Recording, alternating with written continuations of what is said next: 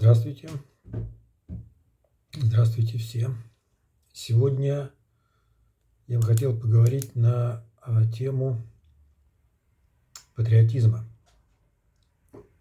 Вернее, даже не патриотизма, а псевдопатриотизма. Потому что я не могу назвать патриотами тех людей, которые сейчас на стороне Путина, на стороне войны, бьют себя в грудь и кричат, что мы патриоты. Нет, это не патриотизм, это, конечно, псевдопатриотизм. И псевдопатриотизм я бы хотел связать с коррупцией. Почему с коррупцией? Потому что коррупция – это обман. Ведь коррупция – это что такое? Это когда взятки в больших размерах и повсеместно. Когда человеку дают взятку за то, чтобы он что-то сделал или наоборот что-то не делал, это явление такое разовое. А когда это происходит повсеместно на государственном уровне, когда вся государственная машина работает только на взятках, это уже, конечно же, коррупция.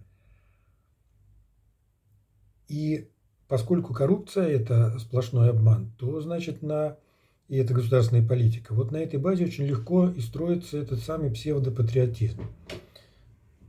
Допустим, чтобы объяснить людям и рассказать, что такое настоящий патриотизм, здесь много слов не надо. Это делается довольно быстро и укладывается буквально в несколько фраз.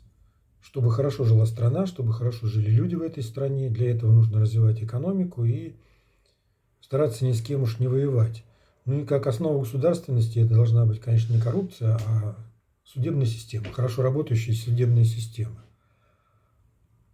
А в России сейчас судебная система, она работает на государство, потому что один человек назначает судей, и этот же человек этих судей снимает. И если судья делает что-то такое, что противоречит тому, что хотел бы сделать человек, который их назначает, то дни этого судьи сочтены на его рабочем месте, и он уходит. Ну а поскольку коррупция определяет всю жизнь государства, то и в судах у нас потрясающая, вообще невероятная коррупция, и без денег судьи, в общем-то, и не судят.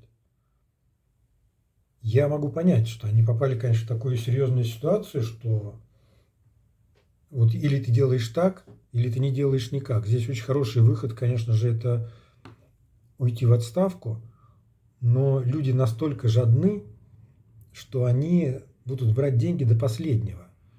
И вот тоже к этой самой жадности сейчас наши русские парни, русские солдаты идут воевать за, в общем, достаточно небольшие деньги. Ну сколько им платят? Ну 200 тысяч. И за 200 тысяч его убивают, а родственники этих людей радуются, когда его убили или ранили, и им дают там какие-то там несколько миллионов рублей. Они могут на эти деньги купить себе квартиру, там машину, еще что-то. И это ужасающая, потрясающая ситуация. И она уже, эта ситуация, настолько она вошла в жизнь русских людей, что они уже без этого жить не могут. Что все их помыслы, они заключаются только в том, чтобы вот провозглашать себя патриотом. Еще не началась у нас никакая, ни террор еще не начался, ничего такого ужасного не началось. Ну, каких-то людей, конечно же, сажают, ловят, но это не массовые явления.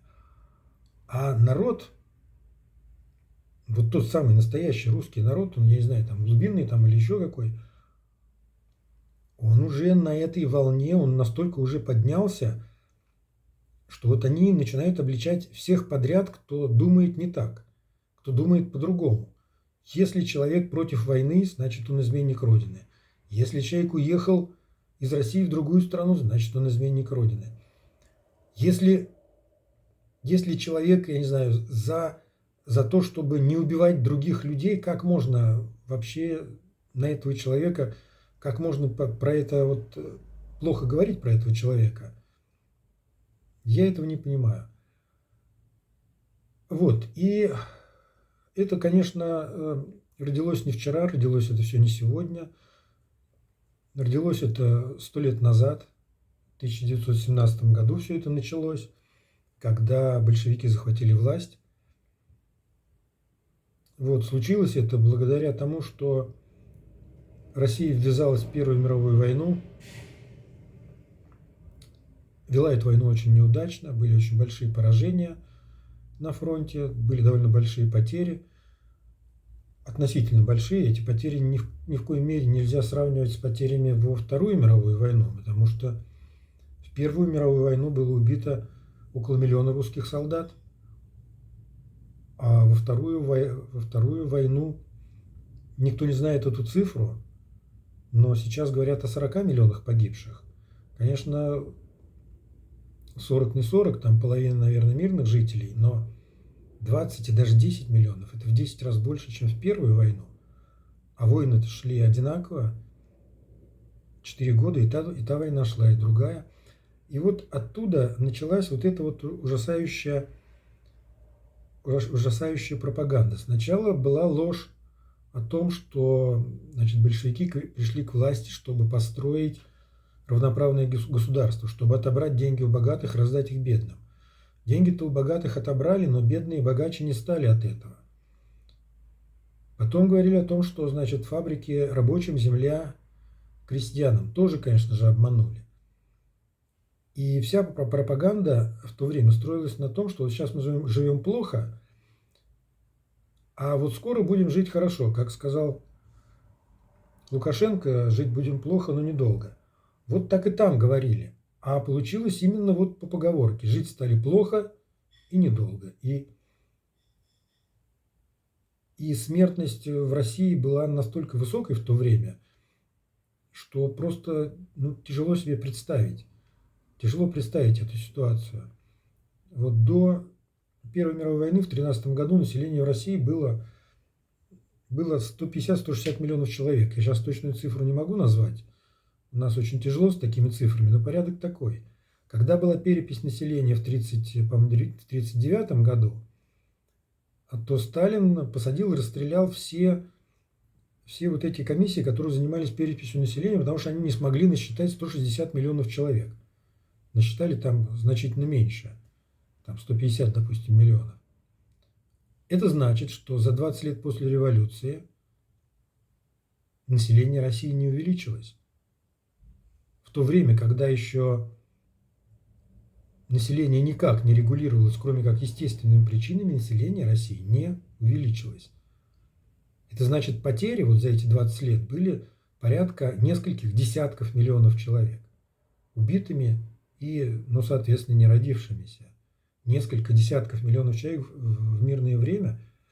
Да, это было так, и мы-то об этом не знали, когда вот я учился, я закончил учиться в 1979 году. До этого времени мы этого ничего не знали. Только в начале 80-х начала появляться какая-то литература, где-то подпольно она начала появляться, где-то еще там каким-то образом мы находили. И я помню, я читал большую красную книгу, такую 1000 страниц в красном переплете. Бумага была такая тонкая, папиросная, где-то там была издана, непонятно где. По-моему, это был Роберт Конквист, «Красный террор» книга называлась.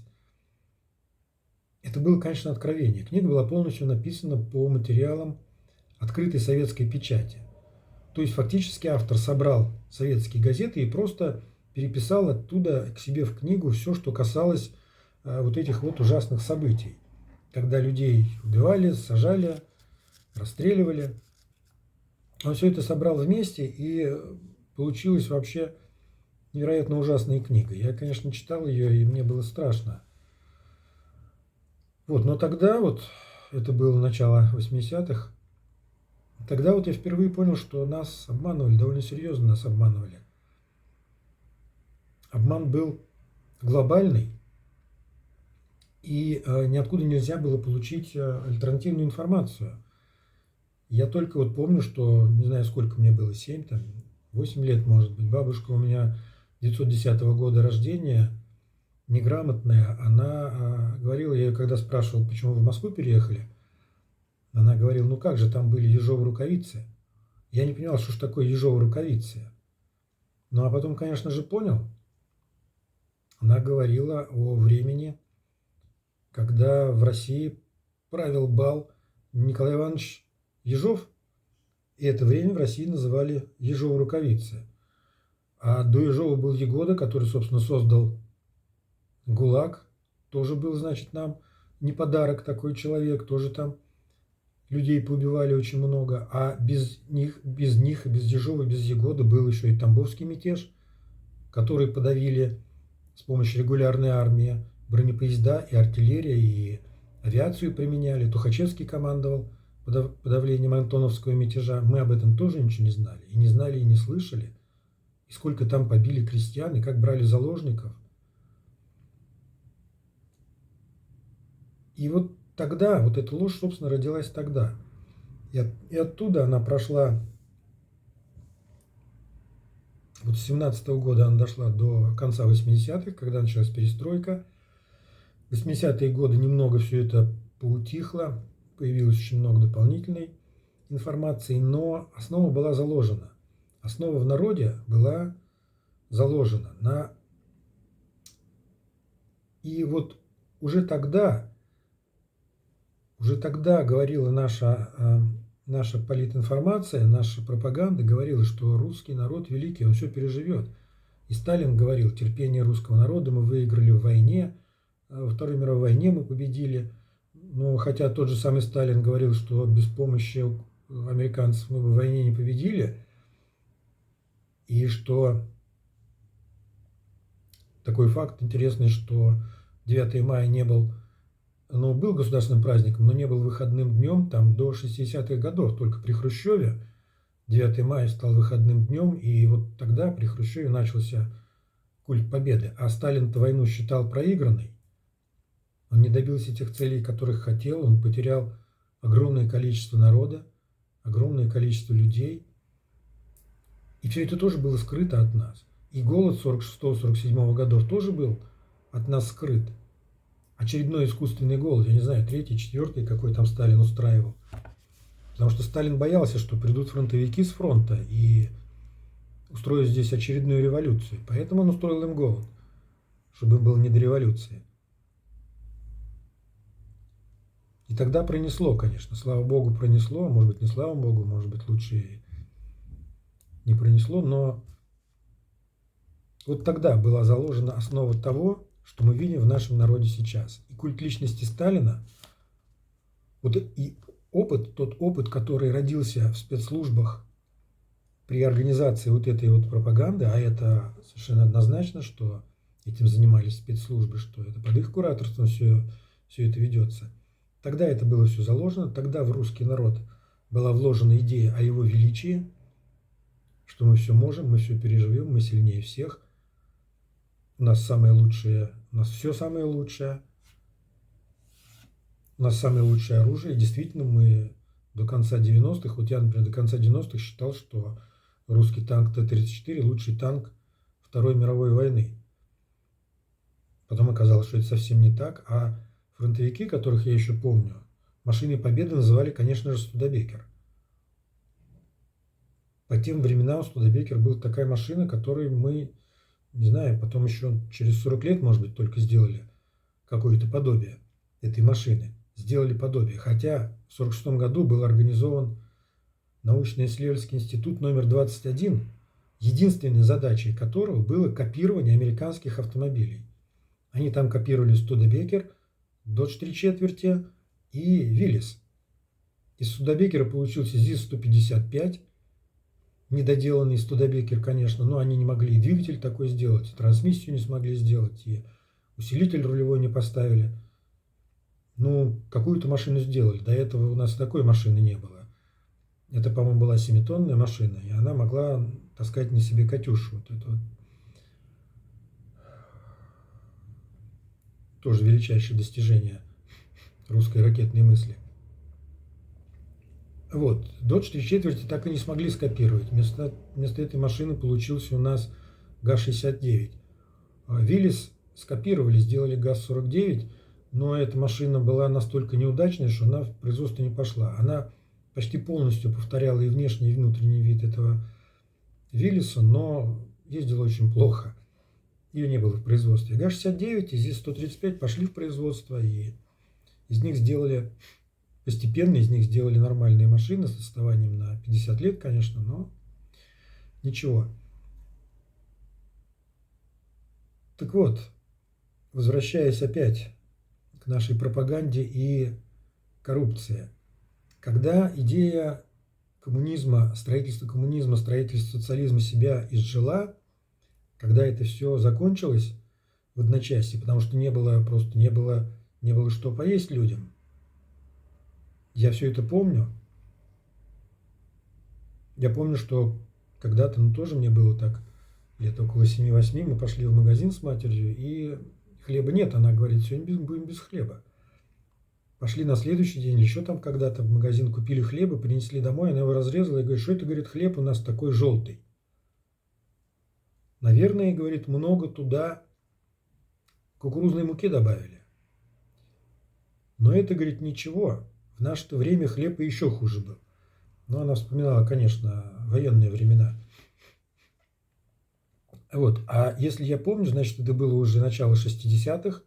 То есть 60-е годы у нас не просто было плохо с продуктами, а хлеба не было в магазине. Сахар трудно было купить. А отец, я еще помню, приносил со склада, не знаю, как они там воровали это или еще как-то брали, американские банки какие-то. Это была или тушенка, или сгущенное молоко, конденсент милк, или еще, может быть, какие-нибудь там консервы. Но это тоже было. Я это тоже помню. И если бы, конечно же, не вот эта вот помощь американцев продуктами, я не знаю, выжили бы еще русские люди во время войны, после войны.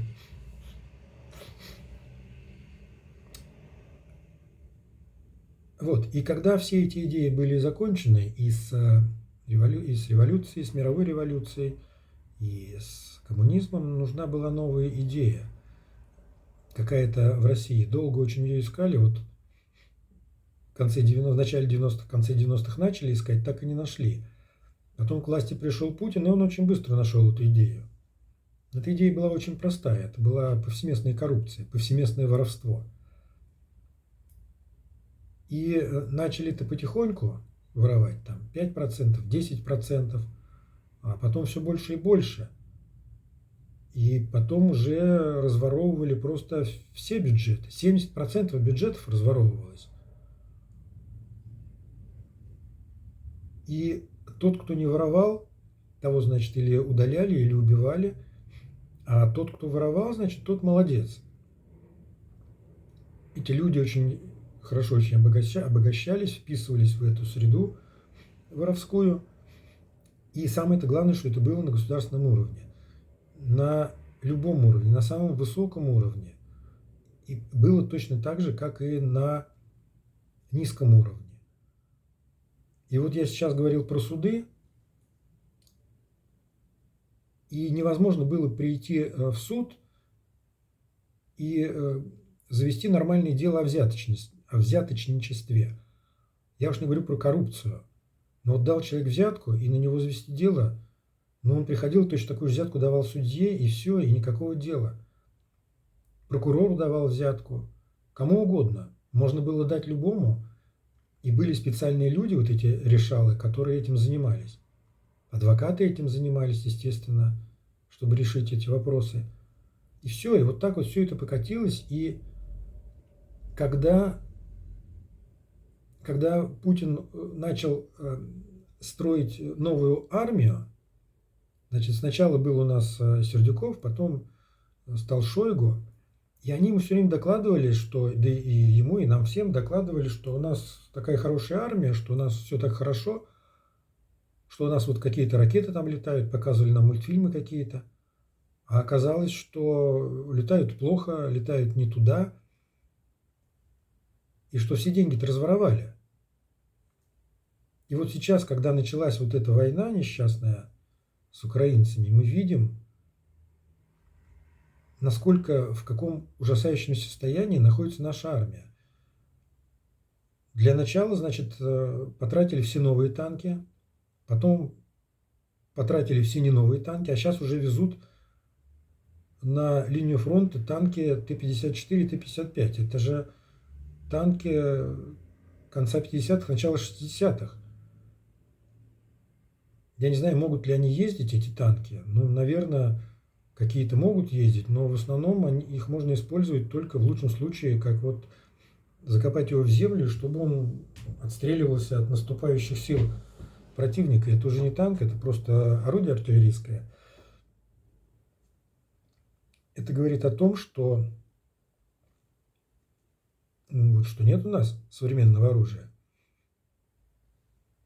Нет у нас хороших самолетов. Есть вроде бы неплохие вертолеты, но они очень легко сбиваются. Когда был Пригожинский бунт, они просто так сбили 5 вертолетов и 1 самолет управления, который стоил, наверное, в 10 раз дороже, чем эти 5 вертолетов. Ну, просто так взяли и сбили. Какие-то люди, какие-то уголовники, которые шли на Москву. Тоже вот невероятные события. Как удалось вот этой вот банде захватить, окружить штаб Украинского фронта, как он называется, штаб специальной военной операции, при этом не было сделано ни одного выстрела, и Пригожин, руководитель этой банды, совершенно спокойно сидел и разговаривал с заместителем министра, заместителем начальника генерального штаба, насколько я понимаю, и с генералом ГРУ. И они слова не могли ему сказать против, потому что рядом стояли автоматчики, вот эти уголовники. И как это произошло? Это где мы здесь видим армию? Почему штаб не охраняется? Почему в город приехали 3 танка, в город-миллионник? 3 танка, и там стоили 200 солдат, и захватили этот город. Как это произошло? Как случилось, что еще одна колонна дошла за одни сутки до Воронежа, это там порядка 500-700 километров, как им это удалось? И они прошли Воронеж и остановились только в 200 километрах от Москвы. Мы не знаем, почему остановились, но, по всей видимости, им просто дали денег, скорее всего. Потому что вот сейчас Пригожин, сейчас говорят, что он в Москве, ничего с ним особо не произошло. Пишут, что ему вернули все деньги, которые у него конфисковали, и раньше писали, что конфисковали 6 миллиардов, сейчас ему вернули 10 миллиардов. Что это? Как это происходит? Где прокурор Бастрыкин? Я не знаю, где ФСБ? Почему даже уголовного дела на него нет? Сначала сообщили, что вроде бы завели уголовное дело, потом оказалось, что нет. И это, конечно же, абсолютная и полная потеря руководства в стране. Армия воюет еще, наверное, я не знаю, почему она воюет в такой ситуации. Наверное, потому что все-таки платят деньги солдатам. И за эти деньги солдаты сидят в окопах. Наверное, поэтому. А с другой стороны, сейчас генералы посмотрели, оказывается, можно вот так запросто развернуть колонну в сторону Москвы и за 2 дня дойти до Москвы и захватить там власть, и никто тебе слова не скажет. Ну вот, кстати говоря, еще этот бунт Пригожина показал очень интересную вещь. Никто не вышел из людей, из простых людей, никто не вышел на улицу, чтобы защитить этот режим. И точно так же никто не вышел, чтобы поддержать этих пригожинских ребят. Люди в основном фотографировались на этих самых танках. Не знаю, насколько там они веселились, но, по крайней мере, они просто ходили на улицу и смотрели на это как на цирк. И в прямом, в переносном смысле, потому что один из танков застрял в воротах цирка, и там целый день стоял, его не могли оттуда вытащить. И вот что это было, какая там была у этого Пригожина цель, мы еще, конечно, узнаем, может быть. Но опять вопросы решаются деньгами. Здесь ему не заплатили, он сказал, что пойдет Москву брать. Дошел до Москвы, почти до Москвы. Ему заплатили, он вернулся от Москвы. И весь наш советский народ бывший советский, сейчас, конечно же, российский народ, но смотрит на это, на все, и у него не возникает никаких отрицательных эмоций. Ну, можно сказать, что, конечно же, сейчас они очень сильно доверяют лично Путину, что это культ личности Путина вот так вот принял такие непонятные масштабы и размеры.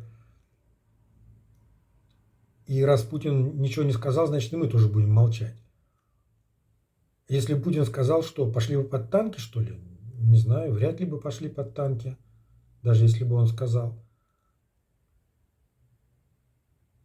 И вот сейчас, когда вот мы видим, что пропаганда довела народ до того, что, ну, фактически сейчас Россия стоит на грани гражданской войны, потому что вот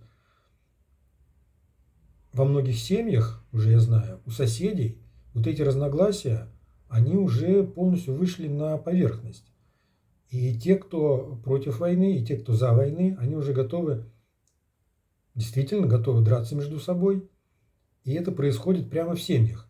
То есть братья, отцы и дети, все точно так же, как было в гражданскую.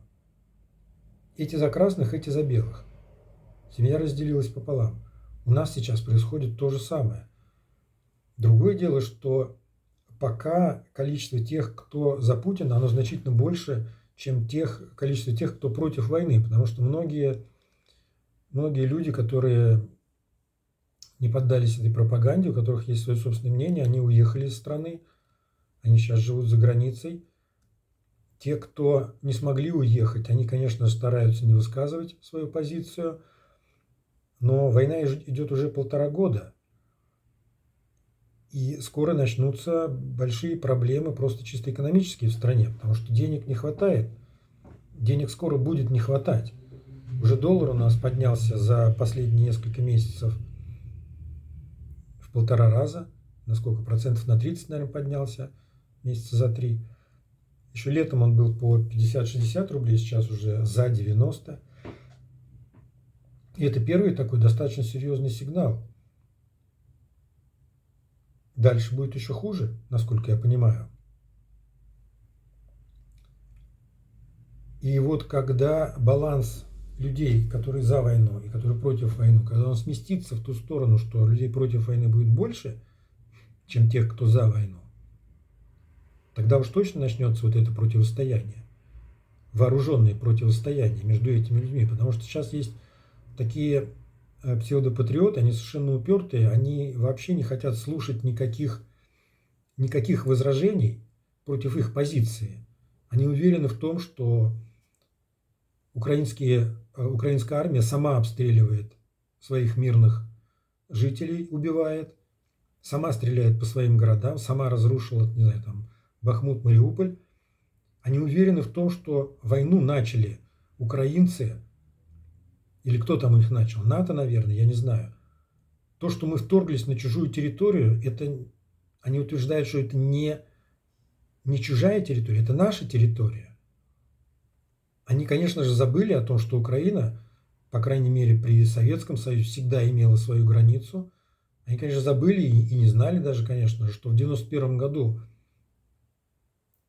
в Будапеште, если не ошибаюсь, были приняты определенные соглашения и обязательства. Россия подписала обязательство, что взамен на вывод атомного оружия с Украины она не претендует, не имеет территориальных претензий к Украине. Это было подписано.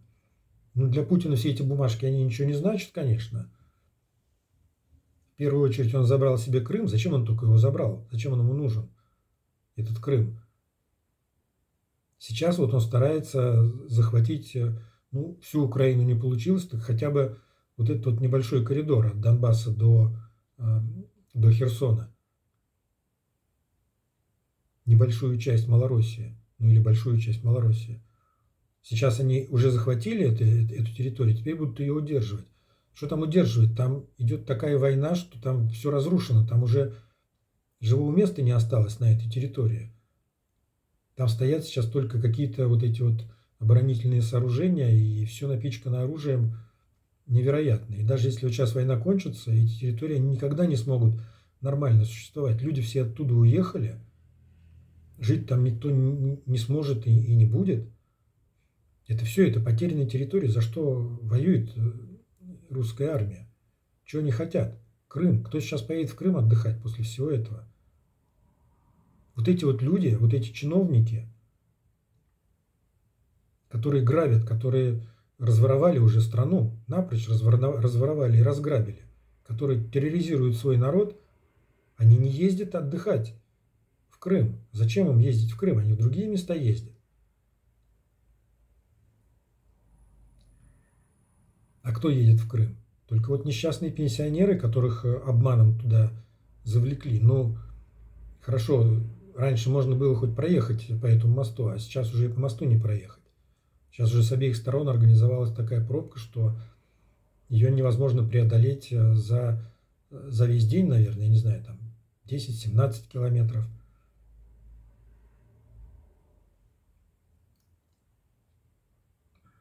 Вот, поэтому в конечном-то счете, конечно же, я надеюсь, что все-таки люди поймут, что эта война ведется совсем не для того, чтобы кого-то там освободить, чтобы каких-то там нацистов убить. Откуда там нацисты? Откуда они взялись? Покажите их.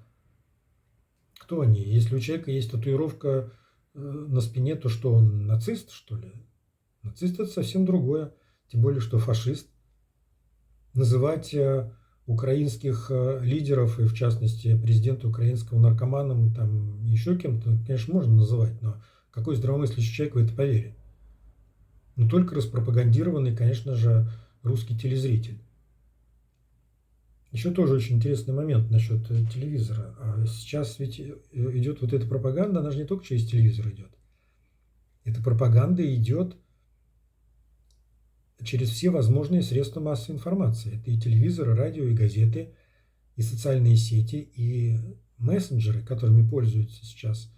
Все пользуются этим средством связи. И там везде 24/7 идет вот эта пропаганда ужасающая. И, соответственно, мы имеем то, что имеем. Мы имеем вот этих вот людей, которые не способны мыслить адекватно, которые не способны оценивать правильно полученную информацию, которые не способны верифицировать информацию. Страна, Россия сейчас, страна живет в атмосфере лжи. Я сейчас не знаю, есть ли сейчас хоть один официальный какой-то источник, который говорил бы, хоть иногда говорил бы правду. Послушать Путина, так это вообще сплошная ложь. Он вообще ни слова правды не произнес за последние, там, не знаю, 10-15 лет. То же самое с людьми происходит. Когда я беседую со своими российскими оппонентами, ничего, кроме лжи, они мне не сообщают. Только ложь и больше ничего. Все мои призывы как-то эту информацию проверять, но они все уходят в пустоту. Да, мы читаем Яндекс.Дзен, и спасибо, нам этого достаточно. Вот, но убежденность русских людей в их правоте, она базируется не только на этой политинформации, на этой дезинформации, на этой пропаганде. В русских людей вселили еще вот это вот чувство исключительности русского народа. В них вселили вот эту уверенность в том, что русский всегда прав, что все вокруг дураки, только русские умные. Это, конечно, приятно думать об этом русскому человеку, но надо же реально смотреть на вещи. Почему умные русские ездят все на иномарках, пользуются иностранными компьютерами, телефонами и другими гаджетами, техническими средствами и бытовыми приборами? Все сделано где-то там, за границей, все придумано там, за границей. Что придумали, что сделали такого хорошего русские за последние 100 лет? Ну вот только бомбу атомную, и ту украли у американцев. Спасибо академику Сахарову, он сделал термоядерную бомбу. Спасибо. На чем сейчас собственно, и держится Путин и его вот эта вот его криминальная банда. Не знаю, кто еще может сомневаться в том, что в России власть захватил криминал.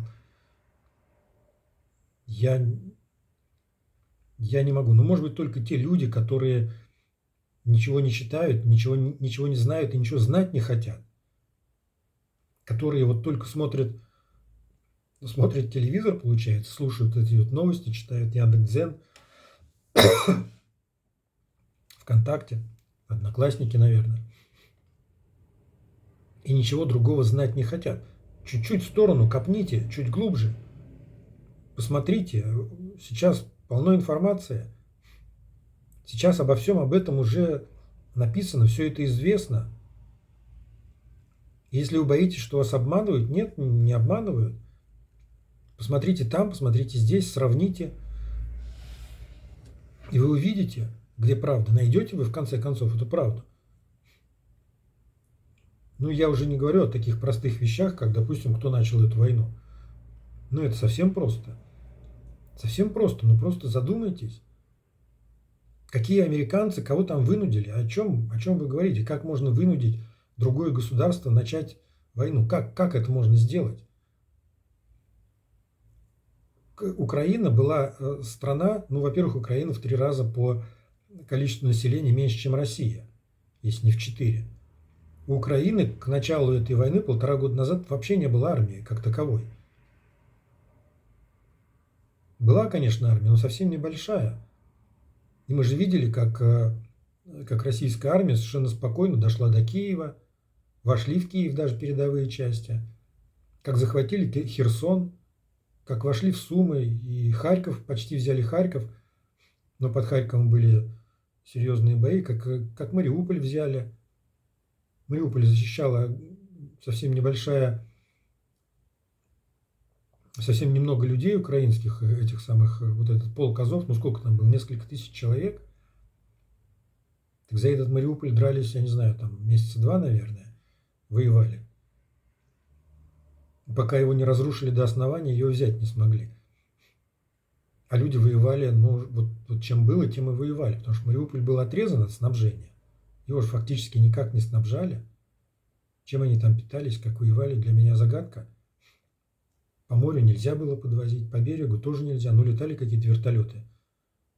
1-2 вертолета в день, он что, может обеспечить 8-тысячную или там 5-тысячную группировку? Не сможет. Батальон, может, он смог бы, но какой-нибудь батальон не сможет, роту. А люди воевали. Потом началась западная помощь, естественно. И вот тогда, и вот тут-то вот и началась демилитаризация Украины. Сейчас, на сегодняшний день, армия Украины, наверное, самая боеспособная армия в мире. Потому что украинская армия может противостоять русской армии, которая, ну уж по всем показателям, больше, чем украинская. В Украине население 35 миллионов человек, в России 140 миллионов человек. В России вся промышленность работает на армию, а Украина вынуждена выпрашивать эти танки. И нам сообщают, эти дали 2 танка, эти 3 танка дали, эти 4. А самолетов, я не знаю, вообще в Украине есть еще? Остались самолеты? 2-3 самолета, наверное, осталось. Так им и не дают эти пресловутые F-16. Сколько можно об этом говорить? Но если дадут F-16, нужны будут пилоты.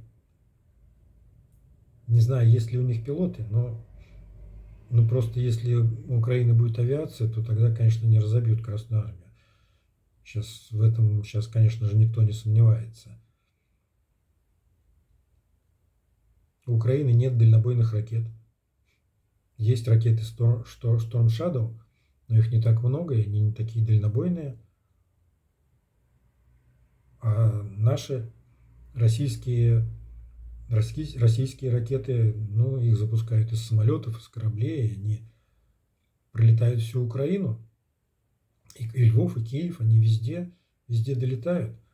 А несчастные украинцы запускают какие-то свои маленькие самолетики радиоуправляемые, которые то ли долетят до Москвы, то ли не долетят. И что там на Кремль падало, непонятно. То ли это была провокация кого-то там, то ли действительно прилетели эти самолеты за 1000 километров с Украины, в чем я очень сильно сомневаюсь.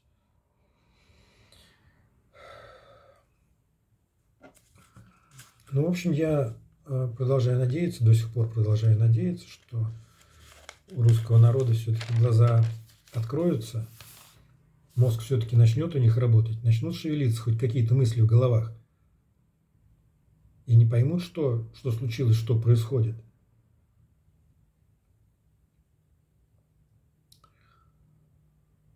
Вот.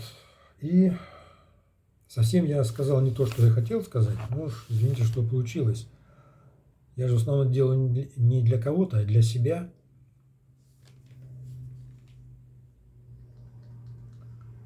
Для себя. Так вот, последнее, что я скажу сегодня.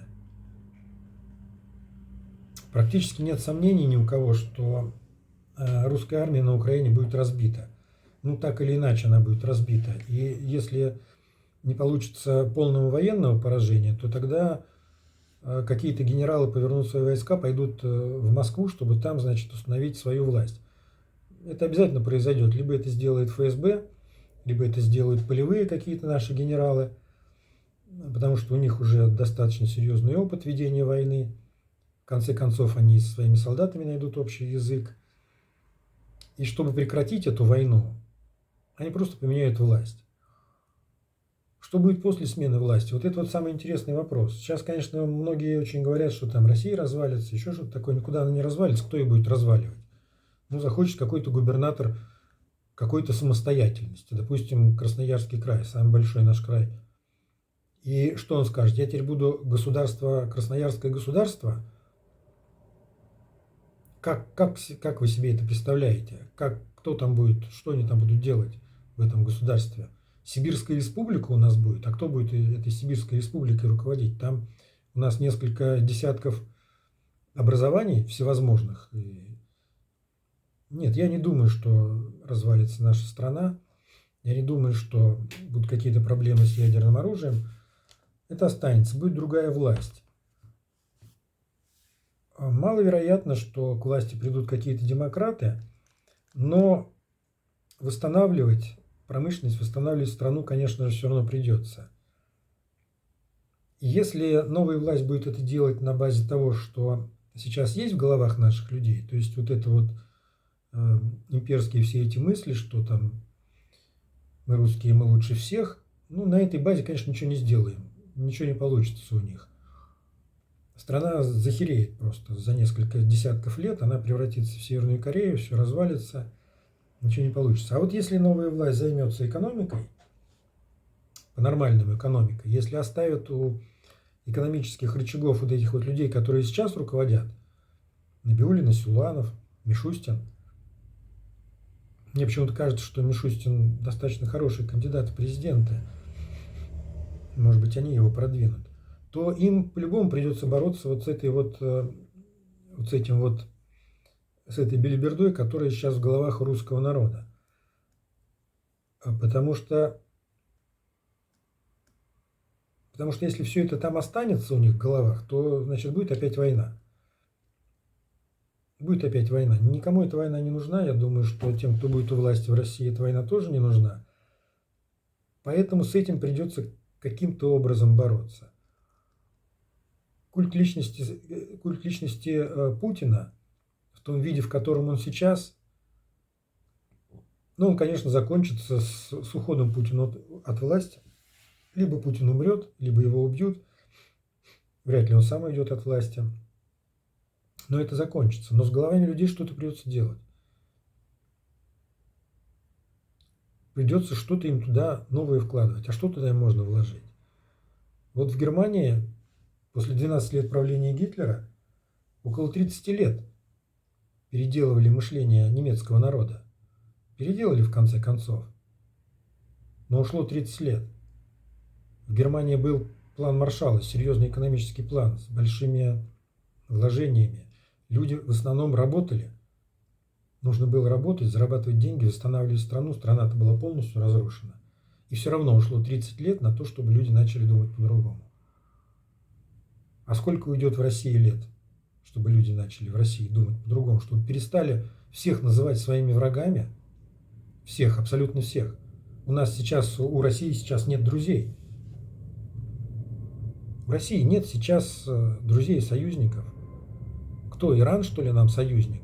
Где мы покупаем дроны? Нет, конечно. Северной Кореи тоже нет. Китай, извините, Китае 1,5 миллиарда человек, и дружить с Россией, какой им смысл с Россией дружить? Я не уверен, что они даже захотят нашу Сибирь захватывать, нужна она им очень. Так будут постепенно туда ассимилироваться. Но в Сибири холодно, лучше они поедут куда-нибудь, где потеплее, эти китайцы. Вот, поэтому будущее России, конечно, настолько туманно, настолько оно не просматривается сейчас. И это не только мое мнение, это, в общем-то, мнение всех людей. За исключением, конечно, вот этих вот сумасшедших турбопатриотов, если их спросить, а что, они скажут, да ничего, все нормально. Ну, что нормально? Ничего пока нормального нет. В настоящем, в современном мире страна, большая такая страна, как Россия, она не может жить сама по себе, она не может жить одна. Посмотрите на тот же самый Китай. Они дружат со всеми, ну уж, по крайней мере, торгуют со всеми. Их первый враг Америка, но самый большой товарооборот у Китая, конечно же, с Америкой. И не будут они ругаться с Америкой, потому что из Америки в Китай идут все технические новинки. Все, что Китай получает, все современные технологии, они все из Китая. А они все из Америки. Сначала все придумают в Америке, а потом это все делают в Китае. Допустим, возьмите Apple. Весь Apple, все айфоны делаются, естественно, в Китае. Но придумали-то все-таки iPhone в Америке, а не в Китае. Все мысли-то оттуда, из Америки. И вот еще вот одну интересную вещь я хотел бы озвучить. В Америке сейчас появилось порядка 10 компаний, частных компаний, капитализация которых превышает $1 триллион. Самая большая капитализация – это компания Apple, это $3 миллиарда. Несколько компаний, Amazon, компании Маска, Tesla и SpaceX, у них порядка, и Facebook, если не ошибаюсь, у них $2 триллиона капитализация. Вы можете сказать, что капитализация это ничего не значит, это бумаги, которые продают, но капитализация это то, сколько денег дадут за компанию сегодня. И это, если говорить про Apple, это $3 триллиона.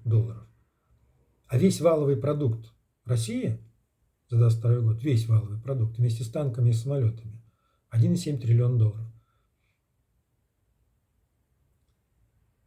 Это настолько серьезное отставание, что даже невозможно себе представить, что Россия должна сделать, чтобы хоть чуть-чуть приблизиться, хотя бы к компании Apple. Хотя бы, чтобы вот была капитализация России $2 триллиона. Я не понимаю, как это сделать. И никто не понимает. И вообще, по всей видимости, это невозможно сделать, если не произвести серьезные экономические реформы в стране. Россия в начале 20 века была самой активно развивающейся страной. Если бы не война, Первая мировая война, Россия бы, конечно же, обогнала Соединенные Штаты. Потому что в России в то время были огромные пространства, огромные, колоссальные были человеческие ресурсы и полезных ископаемых ресурсов, полезные ископаемые. Все это было разведано, места были обжитые. Все работало. Нет, началась война, конечно же, мы все проиграли в этой войне. Ну что ж, пока все. До скорой встречи. Пишите комментарии. Я здесь, если вы будете писать свои комментарии, я на них буду реагировать. Я никого не буду банить в этих комментариях. Пишите, если я найду это необходимым, я отвечу. Ну, конечно, при условии того, что вы не будете плеваться на меня матерными словами. Всего хорошего.